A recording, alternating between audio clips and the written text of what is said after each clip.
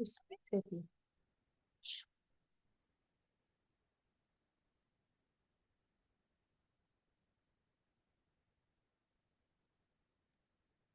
माते सादर प्रणाम। गायत्री आप महा प्रणाम लिखिए।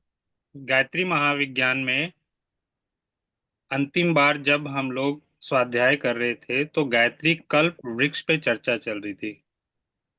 देवियों की गायत्री साधना, स्त्रियों को गायत्री अधिकार हम लोग ने पढ़ लिया था। एक मिनट, जरा सा। हम्म, एक मिनट। हाँ, उत्कीर्णन और ये लिया था हम लोग ने। यज्ञोपवीत भी पढ़ लिया था। हाँ, यहाँ पे आ गए थे हम लोग। हाँ, इसको हम लोग को शुरू से लेना पड़ेगा, नौतार ना। ठीक है माता, अदरवाइज वो और रेफरेंस कर लेते। रेफरेंस नहीं होगा। हम्म, हम लोग यज्ञोपवीत से बात कर रहे थे ना।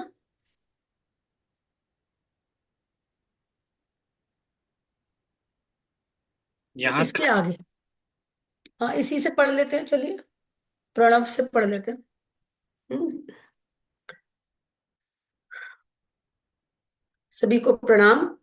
क्षमा प्रार्थी हैं कि कुछ संसारिक कारणों की वजह से इसमें एक गैप आ गया।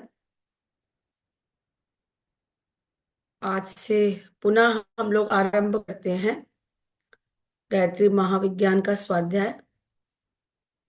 परम पूज्य गुरुदेव, परम वंदनीय माता जी को हृदय में स्थान देते हुए माँ गायत्री का सहस्त्रार ध्यान करते हुए आज के स्वाध्याय को आरंभ करते हैं। एक बार सभी लोग गायत्री मंत्र के लिए कमर सीधी कर ले, नेत्र बंद।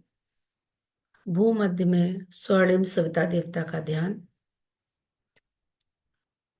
भाव में गुरु सत्ता में से प्रार्थना।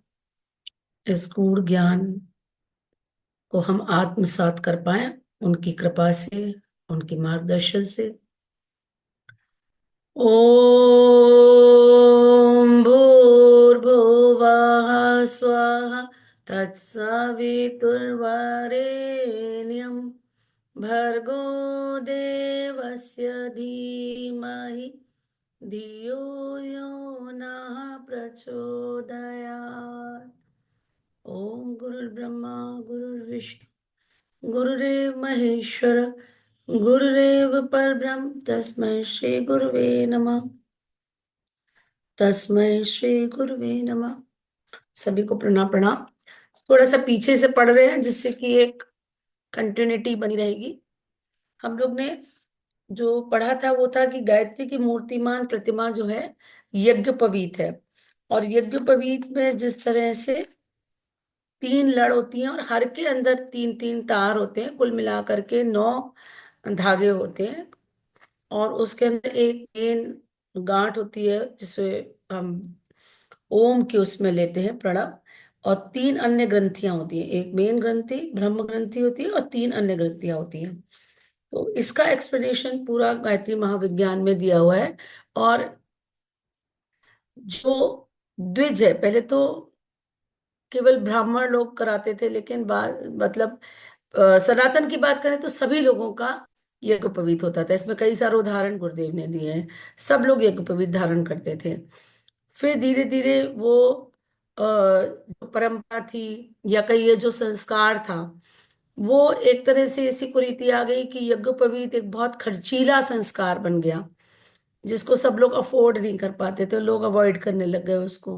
फिर गुरुदेव ने अपने समय में सबको यज्ञोपवीत पहनाने के लिए, सबका संस्कार कराने के लिए आह्वान किया।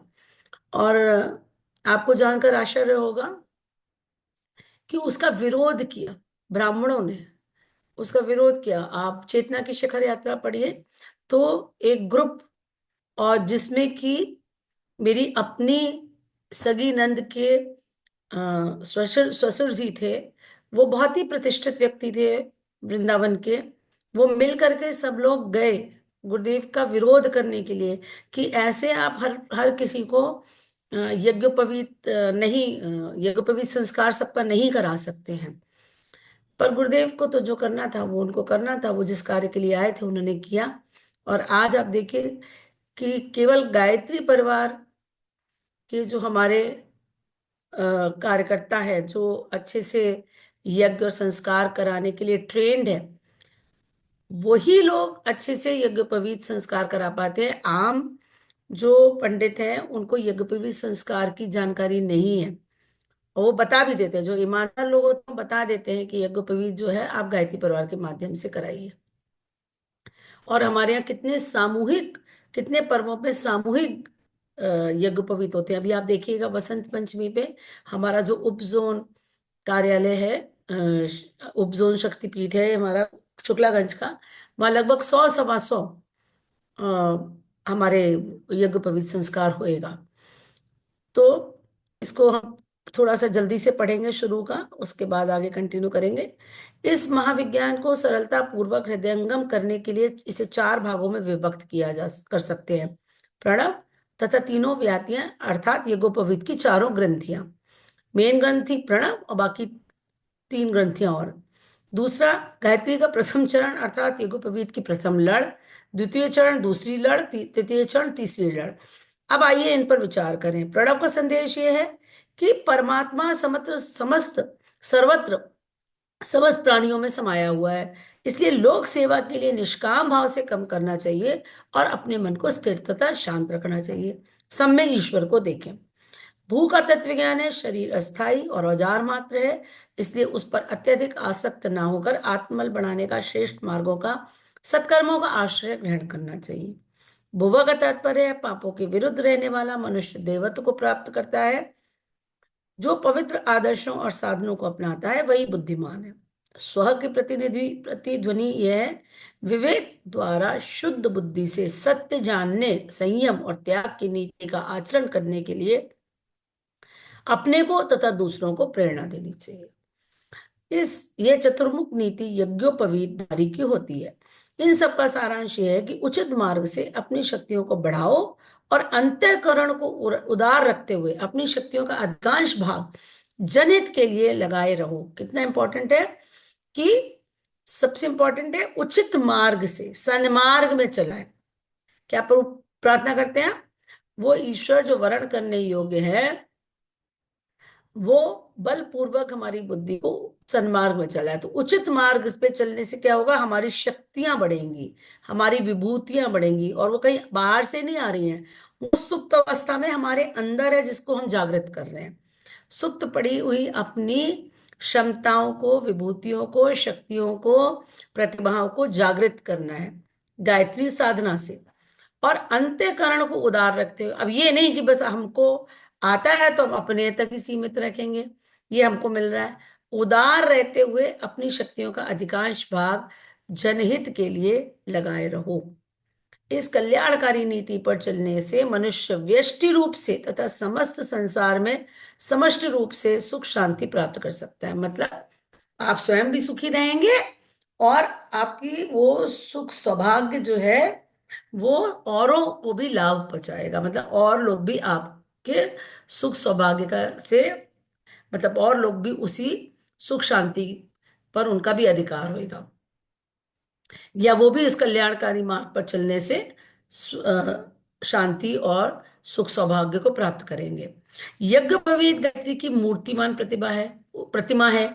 उसका जो संदेश मनुष्य जाति के लिए है, उसके अतिरिक्त और कोई मार्ग ऐसा नहीं जिसमें व्यक्तिक तथा सामाजिक सुख शांति स्थिर रह सके।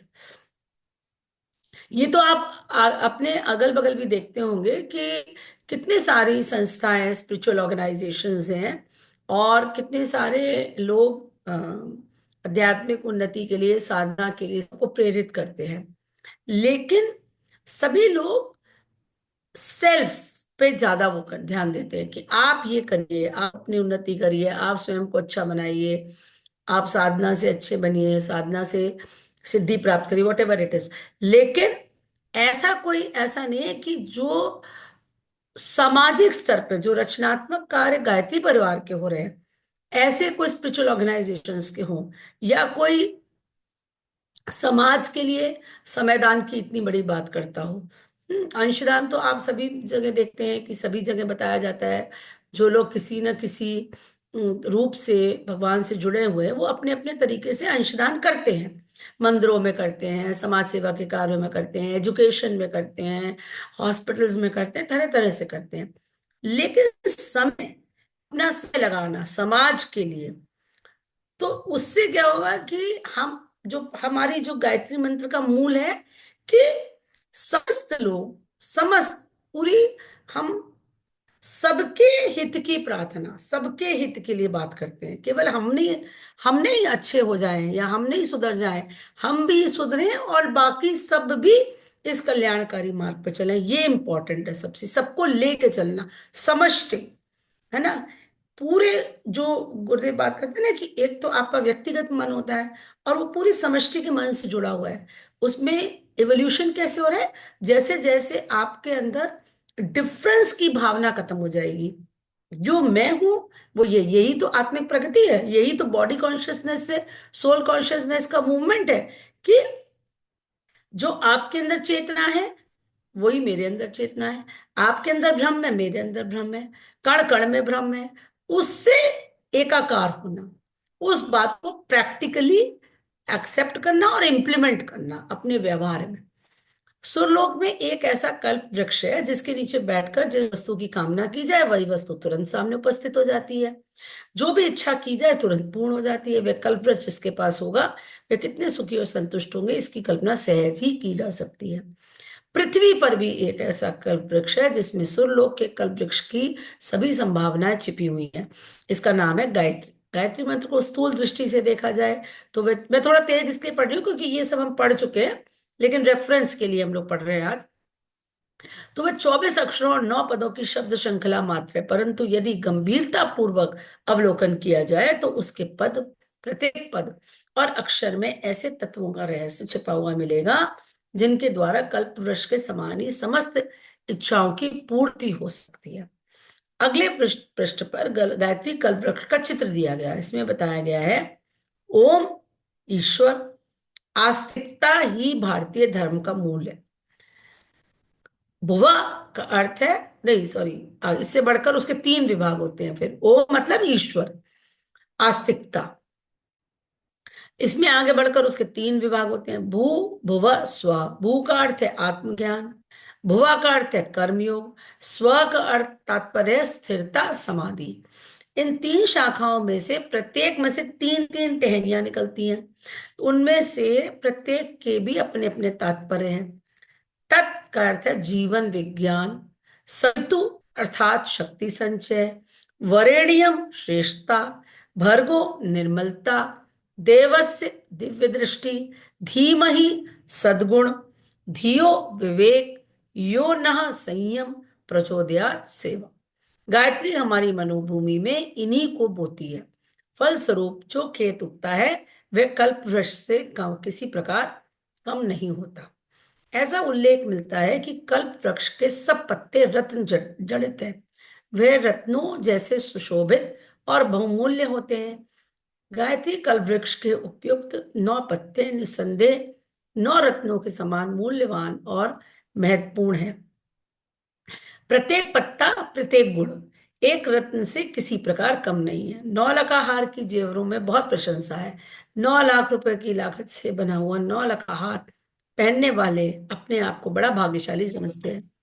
यदि गंभीर तात्विक और दूरदृष्टि से देखा जाए तो यज्ञोपवीत भी नवरत्न जड़ित 9 लकाहार से किसी प्रकार का कम महत्व, यज्ञोपवीत भी नवरत्न जड़ित 9 लकाहार से किसी प्रकार कम महत्व का नहीं है। हाँ, अब हम लोग पढ़ते हैं। अब आ रहे हैं हम लोग, जो नया हमको स्वाध्याय शुरू करना था। गायत्री गीता के अनुसार यज्ञोपवीत के 9 तार जिन 9 गुणों को धारण करने का आदेश करते हैं वे इतने महत्वपूर्ण है कि 9 रत्नों की तुलना में इन गुणों की ही महिमा अधिक है। 9 रत्न से अधिक मूल्यवान ये गुण हैं। जीवन विज्ञान की जानकारी होने से मनुष्य जन्म मरण के रहस्य को समझ जाता है। उसे सत्य का डर नहीं लगता, सदा निर्भय रहता है। उसे शरीर तथा सांसारिक वस्तुओं का लोभ मोह भी नहीं होता। फलस्वरूप जिन असाधारण हानि लाभों के लिए लोग बेतरह दुख के समुद्र में डूबते और हर्ष के मद में उछलते फिरते हैं, उन उन्मादों से बच जाता है। Very very simple, but the most difficult part two practice क्या है? अब आपने समझ लिया, आना जाना है। कोई भी चीज यहाँ एक सी नहीं रहती है, संसार परिवर्तनशील है। शरीर था, छोटे बच्चे थे, बढ़ते बढ़ते टॉडलर हो गए 2-2.5 साल के, उसके बाद 7-8 साल के, फिर युवा हो गए, युवा के बाद प्रौढ़ हो गए, प्रौढ़ों के बाद वृद्ध हो गए, है ना? तो बदल रहा है ना शरीर। कोशिकाएं कितनी जल्दी एक डेफिनेट टाइम में बदल जाती है, पूरा पूरा। आपकी रक्त कोशिकाएं जैसे रेड आरबीसीज होते हैं, 120 डेज में पूरे नए हो जाते हैं, उस डिस्ट्रॉय होते हैं फिर बनते हैं। तो जब आप इसको समझ जाते हैं कि कोई भी चीज एक सी नहीं रहती, जो आया है उसको जाना है। जैसे प्रेमानंद जी महाराज अपने वक्तव्य में बोलते हैं कि ये मृत्यु लोक है। जो यहाँ जिसने जन्म लिया उसकी मृत्यु होना अवश्यम्बी है, वो होगी होगी। तो इसमें कोई वही नहीं है, मतलब कोई डर की बात नहीं है, ना कोई दुख की बात है। गीता में एक ही बात तो कही गई है कि जीवात्मा कपड़े की तरह शरीर को बदलती है। जब कपड़ा फट जाता है तो आप दूसरा नया कपड़ा लेते हैं, उसी तरह से जब आपका शरीर जर्जर हो जाता है, बुढ़ापा आ जाता है, वो अशक्त हो जाता है, उससे आप अपने सांसारिक गतिविधियों को नहीं कर सकते, तो फिर ऊपर का नियम है कि भाई इस शरीर को त्यागो, नया शरीर धारण करो। अब कहाँ धारण करोगे, कैसे धारण करोगे, किस परिवार में जाओगे, उसका कुछ नियम बनाना था। तो उसमें कर्म फल का नियम बन गया कि भाई जैसे कर्म करोगे उसके अनुसार आपकी आगे की लाइफ डिसाइड होगी। जिसके अनुसार गुरुदेव ने कह दिया, मनुष्य मनुष्य अपने भाग्य का निर्माता स्वयं है ना। आप अपनी डेस्टिनी खुद लिख रहे हैं।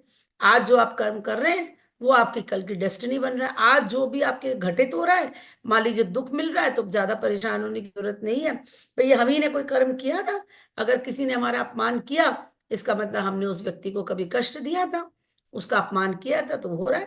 तो अब अगर ये ज्ञान आ गया है, तो कम से कम दुख नहीं होना चाहिए, अंडरस्टैंडिंग बननी चाहिए। और इतने ज्यादा हम सांसारिक सुखों से या अपनी विभूतियों से, सांसारिक उपलब्धियों से इतने ज्यादा उन्माद में ना आ जाए कि बस उसी का घमंड हो जाए। क्योंकि तीन ही रिपु बताए गए ना, लोभ मोह अहंकार, तीन मेन है, तीनों का त्याग करना है। लोभ मोह अहंकार, तो अहंकार सबसे ज्यादा भगवान को अप्रिय है। कहते हैं ईश्वर का भोजन है अहंकार। अगर अहंकार किया तो फिर हमारा पतन निश्चित है। और अहंकार कब होता है? जब हम इस बात को समझते हैं कि ये परमानेंट है। अब कोई ब्यूरोक्रेट है, आईएएस है, उनके एक उनके एटीट्यूड में, उनकी बोली में एक अलग वो होती है ठसक, क्या? जैसे कि ये कुर्सी परमानेंट रहने वाली है, अब कुर्सी चली जाएगी तो फिर कोई थोड़े ना पूछेगा। तो ये बात इसी तरह से ध्यान रखना चाहिए कि ये शरीर ही नहीं रहेगा, तो इससे जुड़ी हुई हम सब चीजों का इतना क्यों घमंड करें? तो ना दुख ज्यादा, ना ज्यादा उन्माद या घमंड या उल्लास, है ना। सम दृष्टि जिसे कहते हैं ना, एक सा रहिए, ना दुख में दुखी, ना सुख में बहुत ज्यादा ऐसा एक्साइटेड हो जाना जिसे कहते हैं ना। तो इसी को कहते हैं कि व्यक्ति बहुत गंभीर है, ये व्यक्ति बहुत गहरा है, क्योंकि उस पर बाहरी परिस्थितियों का बहुत बड़ा प्रभाव नहीं पड़ता। हमको अंदर देखना है कि आंतरिक परिस्थिति में बहुत बदलाव नहीं आना चाहिए। ऐसे तो हम संत नहीं बन गए, तो टेम्परेरी तो आता है, लेकिन अब जब ज्ञान में आप रहते हो या अपने मन को समझाते हो, तो आप बहुत देर स्ट्रेस में नहीं रह सकते, और बहुत ज्यादा आप सांसारिक प्रलोभनों की उसमें नहीं आते, कि नहीं, इससे आप बहुत ज्यादा प्रभावित नहीं होते, है ना। क्योंकि ऐसा नहीं है कि आप हम एकदम से इतने वो हो गए कि हमें कोई चीज छू ही नहीं रही है, या हमारा संसार से कांटेक्ट ही नहीं है, तो हम एक एकांकी जीवन जी रहे हैं। नहीं, तो ऐसा होता है कि ठीक है, टेम्परेरीली आपको अच्छा लगता है, लेकिन आप उसमें डूबेंगे नहीं। अगर आप ज्ञान में हैं तो आप डूबेंगे नहीं। कमल का फूल होता है ना, जिसे कहते हैं ऊपर खिला हुआ है, कीचड़ में तो ज्यादा किसी भी परिस्थिति का प्रभाव नहीं पड़ता। ये है जीवन विज्ञान की जानकारी। दूसरा, शक्ति संचय की नीति अपनाने वाला दिन दिन अधिक स्वस्थ, विद्वान, बुद्धिमान, धनी, सहयोग संपन्न, प्रतिष्ठावान बनता जाता है। ये बहुत ही इंपॉर्टेंट लाइन गुरुदेव लिख रहे हैं, शक्ति संचय की नीति। हमको क्या है, बहुत बहुत आगे जाना है, हमें देवता की श्रेणी में जाना है। देवत्व का उदय की बात करी है गुरुदेव ने। देवता बनना चाहते हैं वो तो हमें एक अंश का अवतार तक बनाना चाहते हैं। तो अगर हमने शक्ति तो उपार्जित करी, चाहे मंत्र जप से हम कर रहे हैं, साधना से कर रहे हैं, ध्यान से कर रहे हैं, लेकिन उसका हमने पल पल पे उसको हमने गंवा दिया। अधिक बोलने में, अधिक अपना दिखावा करने में, अपनी बड़ाई करने में, अपने को बड़ा दिखाने में, तो फिर गुरुदेव कहते हैं ना, पात्र में अगर छेद होएगा तो सारा कुछ लीक कर जाएगा। तो वो वाली बात हो गई। दूसरी दूसरी नीति क्या है? शक्ति का संचय। शनै शनै जो व्यक्ति अपने लगा हुआ है, अपने पथ पर आगे बढ़ रहा है, तो वो दिन प्रतिदिन अधिक स्वस्थ होएगा, विद्वान होएगा, बुद्धिमान होगा, धनी रहेगा, सहयोग संपन्न और प्रतिष्ठावान। निर्बलों पर प्रकृति के, बलवानों के तथा दुर्भाग्य के जो आक्रमण होते रहते हैं, उनसे वे बचा रहता है। तीन ही कारण बताए गए हैं ना, अप्रसन्नता के या सांसारिक दुखों के, या तीन ही कारण बताए गए हैं। क्या है? अशक्ति, अभाव और अज्ञान। अज्ञान, अशक्ति, अभाव। तो आप जब शक्ति संचय करते हैं तो ये तीनों में कमी नहीं रहती। आपको ना ज्ञान का अभाव रहेगा, ना आपको आप निर्बल रहेंगे, और ना ही आपको किसी प्रकार का अभाव रहेगा। तो निर्बल जो है, अगर वीक रहता है आदमी, उस पर तरह तरह के आक्रमण होते हैं। से शेर जो है, हाथी को नहीं अटैक करेगा, शेर अटैक करेगा बकरी को। तो हमको निर्बल नहीं रहना, हमको पहले तो अपनी शक्ति को पहचानना है, ये मानना है कि हम कमजोर नहीं हैं। हम ऋषि सत्ताओं के ही वंशज है। तो ये मानेंगे तो हम छोटे काम नहीं करेंगे, और उनसे वे बचा रहता है। और शक्ति संपन्नता के कारण जीवन के नानाविध आनंदों आनंदों को स्वयं भोगता एवं अपनी शक्ति द्वारा दुर्बलों की सहायता करके पुण्य का भागी बनता है। तो ये इंपॉर्टेंट है कि हम पहले तो अपने को पहचाने, हम हैं कौन। और निर्बल नहीं, शक्ति संचय के द्वारा हम अपने जीवन पथ को आनंद से परिपूर्ण करें, और अपनी शक्ति को बढ़ा करके स्वयं एक तो आघातों से बचेंगे और दूसरों की सहायता करेंगे। अनीति वहीं पनपती है जहां शक्ति का संतुलन नहीं होता। शोषण किसका होता है? निर्बल का। शोषण कब होता है? जब इक्वालिटी ही नहीं है। जमींदार किसका शोषण करते थे? वो पावरफुल हो गए, जमीन वाले हो गए, शस्त्र बल भी होता था उनके पास, पैसे का भी बल होता था, और वो किसको शोषण करते थे? गरीब किसानों के ऊपर। ये सिस्टम जो है, मतलब जहाँ इक्वालिटी नहीं है, समता नहीं है, वहां ऊंच नीच का भाव जो रहता है, वहां अनीति पनपती है। क्योंकि एक ज्यादा पावरफुल है, या एक ज्यादा पैसे वाला है, या एक ज्यादा बुद्धिमान है, वो जो कम बुद्धिमान है, कम पैसे वाला है, कम पावरफुल है, उसके ऊपर शोषण करता है, उसके ऊपर अपना वो जमाता है थोड़ा सा रौब। शक्ति संचय का स्वाभाविक परिणाम है अनीति का अंत, जो सभी के लिए कल्याणकारी है ना। तो शक्ति संचय करके खुद को सबल बनाना है, और उस शक्ति का उपयोग दूसरे की सहायता के लिए करना है, ना कि शोषण के लिए। तब शक्ति का संतुलन बना रहेगा। तीसरा है श्रेष्ठता। श्रेष्ठता का अस्तित्व परिस्थितियों से नहीं, विचारों में होता है। जो व्यक्ति साधन संपन्नता में बड़े चढ़े हैं, परंतु लक्ष्य, सिद्धांत, आदर्श एवं अंतःकरण अंतःकरण की दृष्टि से गिरे हुए हैं, उन्हें निकृष्ट ही कहा जाएगा। ऐसे निकृष्ट अपनी आत्मा की दृष्टि में, परमात्मा की दृष्टि में, और दूसरे गंभीर विवेकवान व्यक्तियों की दृष्टि में नीच श्रेणी के ठहरते हैं। आपको श्रेष्ठ कौन बनाता है? श्रेष्ठता बनाती है, आप बनती है आपके विचारों से। आपकी सोच क्या है, वो आपको बनाती है साधन संपन्न। ये नहीं कि हमने बहुत सारा धन एकत्रित कर लिया, बहुत बड़ी पद प्रतिष्ठा प्राप्त कर ली, लेकिन सोच हमारी अच्छी नहीं है। पद, मान लीजिए हमने पद प्राप्त किया, वो भी रिश्वत से प्राप्त किया, या कहने सुनने से प्राप्त किया, या संपदा इकट्ठी की तो अनीति के मार्ग पर चलते हुए करी। और लक्ष्य क्या है जीवन में? कुछ नहीं, केवल यही है कि मात्र हम अपनी सांसारिक सुखों को, विलासिता को बढ़ाते चले जा रहे हैं। तो वो ऐसा नहीं कहा जाएगा उस व्यक्ति को।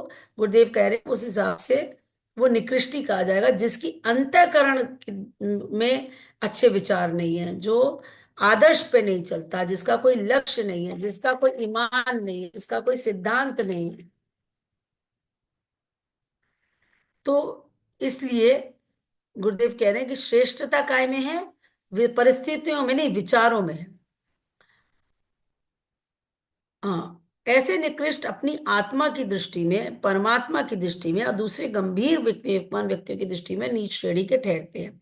अपनी नीचता के दंड स्वरूप ताड़ना, ईश्वरीय दंड और बुद्धि भ्रम के कारण मानसिक अशांति में डूबते रहते हैं।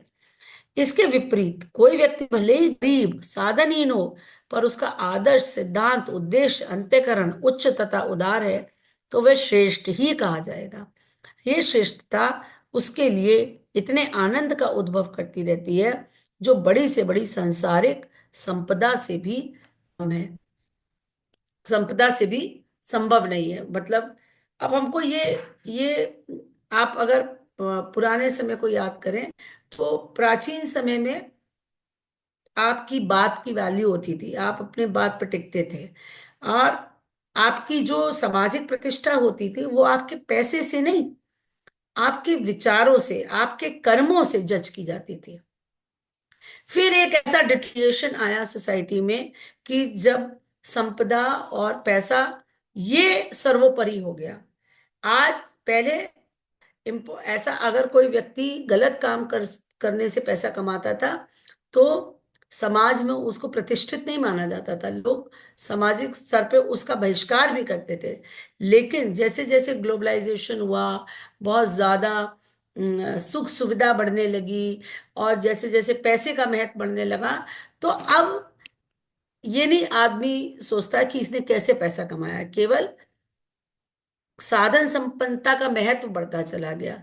तो ये अब ऐसा समय अब दोबारा आ रहा है जब हमको तो ये नीति अपनानी चाहिए, गुरुदेव का शिष्य होने के कारण, कि किसी की साधन संपन्नता, उसकी सफलताओं को हम उसकी विभूति ना माने, हम उसके गुणों को देखते हुए, उसके विचार क्या हैं, उसका दृष्टिकोण क्या है, उसको देखते हुए हम उसको हमको रिस्पेक्ट या वो देनी चाहिए। ये गुरुदेव का कहना है। तो ये जो श्रेष्ठता है वो कैसे बढ़ेगी? जब आपके विचार उत्तम होंगे। और विचारों के लिए सर्वोपरि क्या है? विचार ठीक रखने के लिए सर्वोपरि है गायत्री मंत्र। गायत्री मंत्र किसकी साधना है? जो गायत्री मंत्र ये साधना है कि हम बार बार यही तो प्रार्थना कर रहे हैं सद्बुद्धि की। उस प्राण स्वरूप, दुख नाशक, सुख स्वरूप, श्रेष्ठ, तेजस्वी, पाप नाशक, देव स्वरूप परमात्मा को हम अपने अंतःकरण में धारण करें। इसीलिए गायत्री मंत्र में गुरुदेव पहले कहते हैं आप मंत्र का जप करिए, फिर आप प्रकाश का ध्यान करिए, फिर तीसरे स्टेप में आता है आप उसके अर्थ का भी ध्यान करिए। मंत्र में जैसे जैसे आपकी साधना में प्रगति होने लगे तो मंत्र को आप दृष्टि करिए, मंत्र को लिखा हुआ देखिए, उसके अर्थ पर चिंतन टिकाइए। तो मंत्र का प्रभाव आपके अंतःकरण पे और अधिक पड़ेगा और उसका आपको अपनी पर्सनालिटी में जो चेंज दिखाई देगा, व्यक्तिगत रूप से आपके अंदर जो बदलाव आएगा, जो दोष दुर्गुण है वो धीरे धीरे, गुरुदेव ने कहीं लिखा है कि वो बिल्कुल जैसे पूंछ झड़ जाती है वैसे दोष दुर्गुण आपके झड़ जाएंगे और आपके अंदर सद्गुणों का रोपण होता चला जाएगा। ये कल्प वृक्ष, यही जो गुण बताए गए हैं 9, उसका ये कल्प वृक्ष का चित्र यहाँ बनाया गया है। थोड़ा सा ऊपर कर दीजिए भैया, थोड़ा सा इसको ऊपर कर दीजिए। हाँ, हाँ, और थोड़ा सा, जरा सा देखिए। कल्प वृक्ष सबसे नीचे है, जड़ में ओम, ईश्वर, आस्तिकता, जो हमारे भारतीय धर्म का मूल है। फिर 3 उसकी बड़ी बड़ी ब्रांचेस, भू, भुवा, स्वाहा, जिसमें आत्मविश्वास और कर्मयोग और स्थिरता, समाधि, ये 3। फिर उसकी प्रत्येक की 3 3 टहनियां, ये अगर हमने पिक्चराइज कर लिया ना, तो हमको ये याद करने में बहुत आसानी हो जाएगी, है ना। तत् अर्थात जीवन विज्ञान, सवितु शक्ति संचय, वरेण्यम श्रेष्ठता, तीन को अपनी पढ़ा हमने। ये कौन तीन किसके पाठ थे? भू के। और ये फिर भर्गो निर्मलता, देवस्य दिव्य दृष्टि, धीमहि सद्गुण। फिर तीन आए, स्थिरता से विवेक, संयम और सेवा। आगे बढ़ाते हैं, टाइम हो गया लेकिन। चलिए, तो कल इसको फिर पढ़ेंगे। अभी हम लोग ने तीन पढ़े, लेकिन इसको हम लोग बार बार देख करके, जैसे होता है ना कि पिक्चर को इम्पैक्ट बनाइए। ये एक गेम हम लोग खिलाते हैं कई बार बच्चों को। क्या करते हैं, उनसे बोलते हैं कि एक्चुअली जो हमारा मस्तिष्क होता है वो इम्प्रेशंस पे काम करता है। जितना हम इम्प्रेशन जो हम देखेंगे, इसीलिए कहते हैं सदवाक्यों को लगा के रखिए जगह जगह, तब उसको पढ़ने से ज्यादा इम्पैक्ट आएगा। इम्प्रेशंस पे ऐसे काम करता है, जैसे आप तीन रैंडम वर्ड्स बोलिए। जैसे हम मान लीजिए बोले यहाँ से, एक गेम बच्चों को खिलाते हैं, कोला डोला मोला। आपने तीन शब्द बोले, आपको कुछ नहीं, आप बोलते जाएंगे, कोई कोई पिक्चर नहीं बन रही दिमाग में, और कुछ अर्थ नहीं समझ में आ रहा उसका, है ना। रैंडम तीन वर्ड जिनका कोई अर्थ नहीं, पता नहीं क्या बोल रहे हैं। अब आप कह दीजिए कोला हाथी है, डोला जिराफ है, और मोला शेर है। और फिर हम जब बोले, आंख बंद करके देखिए, कोला मोला डोला, कोला डोला मोला, तो आपको बीच बीच में, अभी क्लियर नहीं हुआ भले ही, लेकिन हाथी की, जिराफ की और उसकी पिक्चर बनेगी, क्योंकि एक इंप्रेशन बना लिया दिमाग में। इसी तरह से अगर हम इसको बार बार देखेंगे, तो एक इंप्रेशन बनेगा, जिससे जल्दी से हमको ये नौ जो गुण हैं वो हमको याद हो पाएंगे अच्छे से। ठीक है, तो आज यही समाप्त करते हैं। मंडे से फिर इसको आगे बढ़ेंगे। ठीक है, सभी को प्रणाम। फिर से क्षमा प्रार्थनी है थोड़ा गैप के लिए, और आशा है अब इस तरह का गैप नहीं होगा। अभी फिलहाल तो कोई कारण नहीं है, क्योंकि वैसे हम लोग को 26 को शिविर में जाना था, शांति कुंज, उत्तर प्रदेश का आवाड़े संस्कारवान पीढ़ी की प्रगति रिपोर्ट का शिविर था, लेकिन फिलहाल वो शिविर कैंसिल हो गया है। तो अभी कंटिन्यूटी में ये चलेगा। माते ठीक है। बिल्कुल भी आपको ज्यादा भाव करने की शायद आवश्यकता नहीं है, क्योंकि गुरुदेव ने वो समय भी हम लोगों का मतलब बहुत अच्छा ज्ञान दिया था। बहुत आनंद आया चलिए, था। बहुत सुंदर, बहुत सुंदर। सभी को प्रणाम, शुभ रात्रि।